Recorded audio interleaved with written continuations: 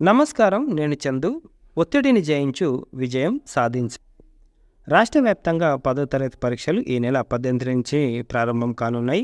ఏడాదిలో కష్టపడి చదివింది ఎలాంటి తప్పిదాలకు తావివ్వకుండా 3.5 గంటల సమయంలో పరీక్షల్లో సమర్థవంతంగా రాయగలిగినప్పుడే చక్కని ఫలితం చేజిక్కుతుంది. పరీక్షలు రాసేటప్పుడు దొర్లే చిన్న చితక పొరపాట్లు ఫలితాల్లో విద్యార్థుల అంచనాలను తలకిందులు చేస్తుంటాయి. ఒక్క మార్కు తగ్గిన పరీక్ష తప్పచ్చు, వస్తాయన్న మార్కులు సాధించలేకపోవచ్చు. ఇలాంటి తప్పిదాల కారణంగా ప్రతిభావంతులు సైతం త్రిబుల్ ఐటీలో ప్రవేశం కోల్పోతుంటారు. మరికొన్ని రోజులు మాత్రమే పరీక్షలకు సమయం ఉంది కాబట్టి ఆత్మవిశ్వాసంతో పరీక్షలు రాయాలి. సాధారణ పరీక్షల్లో జరిగే తప్పుల వల్ల నష్టం ఏమీ లేకుండా ఉండొచ్చు, కానీ పబ్లిక్ ఎగ్జామ్స్లో అవే పొరపాట్లు పునరావృతమైతే రిపీట్ అయితే జరిగే నష్టం చాలా ఎక్కువ. ఈ నేపథ్యంలో పరీక్షల్లో ఎక్కువ శాతం మంది విద్యార్థులు చేసే సాధారణ తప్పిదాలు ఏమిటో తెలుసుకుందాం. ఒత్తిడికి దూరంగా ఉండాలి. ఆశించిన రీతిలో అధిక మార్కులు సాధించాలంటే పరీక్ష సమయంలో ఎలాంటి ఒత్తిడికి గురి కావద్దు. చదివినదంతా తక్కువ సమయంలో రివిజన్ చేసుకోవాలి. గ్రాఫులు, పటాలు, బొమ్మలను పెన్సిల్తోనే గీయాలి. స్కెచ్ పెన్నులు వాడకూడదు. ఓఎంఆర్ షీట్పై బార్కోడ్ ఉంటుంది కాబట్టి ఎలాంటి అనవసరమైన రాతను రాయకుండా, నలపకుండా, చెమట చుక్కలు పడకుండా జాగ్రత్త వహించాలి. పరీక్ష సమయంలో సెల్ ఫోను, టీవీ, కంప్యూటర్ల వైపు దృష్టి మరలకుండా చూసుకోవాలి. నిర్దేశించుకున్న సమయం ప్రకారం సిలబస్ రివిజన్ పూర్తి చేసుకోవాలి. ప్రతిరోజు సమయానికి నిద్రపోవాలి. ఆరోగ్యం పట్ల జాగ్రత్త తీసుకోవాలి. మరి జవాబులు ఎట్లా రాయాలి అంటే ఇట్లా రాయాలి. ప్రశ్నపత్రంలోని అంటే క్వశ్చన్ పేపర్లోని ప్రశ్నలు విద్యార్థుల పరిశీలన, విశ్లేషణ, అవగాహన శక్తిని వెలికి తీసేలా ఉంటాయి. అందుకే ప్రశ్నపత్రాన్ని చదవడానికి పావుగంట సమయం ఇచ్చారు. అంటే సుమారు 3.5 గంటలు మొత్తం.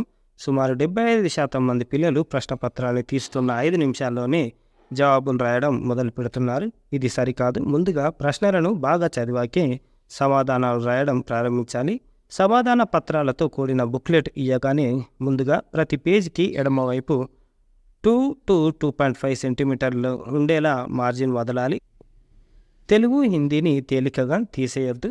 తెలుగు, హిందీ, ఆంగ్లంలో, ఇంగ్లీష్లో వ్యాకరణ, అక్షర దోషాలు లేకుండా జాగ్రత్త పడడం చాలా ముఖ్యం. తెలుగు మన మాతృభాషే కదా అని తేలికగా తీసుకోకూడదు. మంచి మార్కులు సాధించడం కోసం పద్య భాగం, గద్య భాగంలోని అన్ని అంశాలను పునశ్చరణ చేయాలి, రివిజన్ చేయాలి. ప్రతి పదార్థం, వ్యాకరణ అంశాలు రివిజన్ చేయాలి. ఇంగ్లీష్లోనూ మంచి మార్కులు సాధించవచ్చు. గ్రామీణ విద్యార్థులు కూడా మంచి మార్కులు ఇంగ్లీష్ సబ్జెక్టులో సాధించవచ్చు. సెక్షన్ ఏలో reading comprehension study skills, section బిలో గ్రామర్, ఒకాబులరీలో మంచి మార్కులు సాధించవచ్చు. సెక్షన్ సిలో క్రియేటివ్ ఎక్స్ప్రెషన్, సొంతంగా రాయడం వంటి మంచి మార్కులు సాధించవచ్చు. 4 సబ్జెక్టుల్లో బొమ్మలు కీలకమే. గణితం అంటే మ్యాథ్స్, ఫిజిక్స్, బయో, సోషల్లో సమాధానాలు రాసేటప్పుడు మొదట 2 మార్క్స్వి, తర్వాత 1 మార్కువి రాయాలి. చివరిగా 4 మార్క్స్ సమాధానాలు రాస్తే మంచిది. భౌతిక శాస్త్రంలోని ప్రాబ్లమ్స్లోని ప్రమాణాలను రాయడం మర్చిపోరాదు. అంటే యూనిట్స్ ఉంటాయి కదా, ఉదాహరణకు సెంటీమీటర్, గ్రాము, జౌలు, వాట్స్ తదితరాలు. జీవశాస్త్రం, బయాలజీలో ఎక్స్పెరిమెంట్లో చెందిన జవాబులను రాసేటప్పుడు సంబంధిత బొమ్మలను కూడా తప్పక వేయాలి. మ్యాథ్స్లో ముఖ్యమైన నిర్వచన సూత్రాలు రివిజన్ చేయాలి. టెక్స్ట్ బుక్ చాప్టర్ చివరలో ఉండే సమస్యలను మరొకసారి రివిజన్ చేసుకోవాలి. గ్రాఫ్ వంటి ప్రశ్నలు తప్పనిసరిగా రాయాలి. త్రికోణమితి, బహుపదులు, వాస్తవ సంఖ్యలు, సాంఖ్యశాస్త్రం, సమితుల వంటి చాప్టర్లు మరింతగా రివిజన్ చేయడం ద్వారా మంచి మార్కులు పొందొచ్చు. ఇకపోతే సోషల్లో మ్యాప్ పాయింటింగ్కి మంచి ప్రాధాన్యత ఉంటుంది. పై చార్ట్, మ్యాప్ రీడింగ్ ప్రశ్నలను తప్పనిసరిగా రాయాలి. సమకాలీన అంశాలు అంటే కరెంట్ అఫైర్స్లో మూస ధోరణులకు ప్రాధాన్యం తగ్గించి సొంత అవగాహనతో నిత్య జీవిత ఉదాహరణలను అన్వయిస్తూ రాయాలి. 1 మార్క్ ఆన్సర్స్ తప్పనిసరిగా రాయాలి. కాలపట్టికను అంటే టైం టేబుల్ జాగ్రత్తగా అర్థం చేసుకొని జవాబులు రాస్తే మంచి మార్కులు పొందొచ్చు. ఎక్కువ మంది ఇక్కడే తప్పులు చేస్తుంటారు, జాగ్రత్తగా చూసుకోవాలి. పేపర్ దిద్దేవారు మార్కులు వేయడానికి ఇది అవసరం. లేకపోతే ఒక్కసారి జవాబుకు వేసిన మార్కులు కనిపించక లెక్క వేయడం మర్చిపోతుంటారు.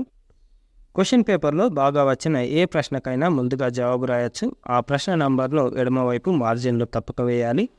ప్రశ్నల నంబరు తప్పుగా వేయడం, మర్చిపోవడం చేసేవారు 1% వరకు ఉంటారు. ప్రతి ఒక్కరూ అప్రమత్తంగా అంటే అలర్ట్గా ఉంటే బాగుంటుంది. మరి ఏమేమి జాగ్రత్తలు తీసుకోవాలి అంటే తీసుకోవాల్సిన జాగ్రత్తలు ఎట్లున్నాయి? ఎర్ర సిరా ఉండే బాల్ పెన్ వాడకూడదు. అంటే రెడ్ కలర్ పెన్ వాడొద్దు. నీలం, బ్లూ తర్వాత నలుపు సిరా ఉండే వాటిని ఉపయోగించాలి. పెద్ద అక్షరాలతో మరీ ఎక్కువ మార్జిన్ వదిలి భారీగా పేజీలు నింపడం వల్ల ప్రయోజనం శూన్యం. అంటే కొంతమంది ఇంతే ఉంటుంది, కొంచెం అంటే కొంచెం ఇంతే జాగా ఉంటుంది, దీంట్లో రాసేస్తారనమాట. ఇంత జాగా మార్జిన్లో వదిలేస్తారు. ఇట్లా చేయొద్దు. ఇట్లా చేయకుండా తక్కువ మార్జిన్ కొట్టి మంచిగా నీట్గా రాయాలి. దిద్దేటప్పుడు ఉపాధ్యాయులు అసహనానికి లోనయ్యే అవకాశం ఉంటుంది. ప్రతి పేజీకి 20 నుంచి 25 వాక్యాలు అంటే అన్ని లైన్లు రాస్తే సరిపోతుంది. ఆన్సర్లను వ్యాసంలో కాక బుల్లెట్ పాయింట్ల రూపంలో రాయాలి. ఇట్లా రాసిరు కదా బుల్లెట్ పాయింట్లు, ఇట్లా దానివల్ల మూల్యాంకనం చేసేవారికి సులభంగా. ఇట్లా బుల్లెట్ పాయింట్లలో రాసేవారు 50%కి మించి ఉండలేరంట. రాయాల్సినవన్నీ పూర్తయ్యాకే చాయిస్ ప్రశ్నలు రాయడానికి ప్రయత్నించాలి. లేకుంటే సమయం సరిపోక ఇబ్బంది తలెత్తే అవకాశం ఉంది.